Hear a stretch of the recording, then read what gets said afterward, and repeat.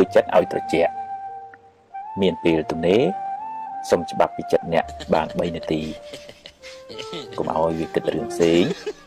ប្រមូលអារម្មណ៍ប្រមូលចិត្តឲ្យមកនៅក្នុងរូបកាយនេះបិទភ្នែកហើយផ្ដើមចិត្តស្រឡាញ់ដល់ភាពត្រជាក់រជុំដល់ខ្លួនអ្នកថាសូមឲ្យខ្ញុំបានសុខរួចផុតពីទុក្ខ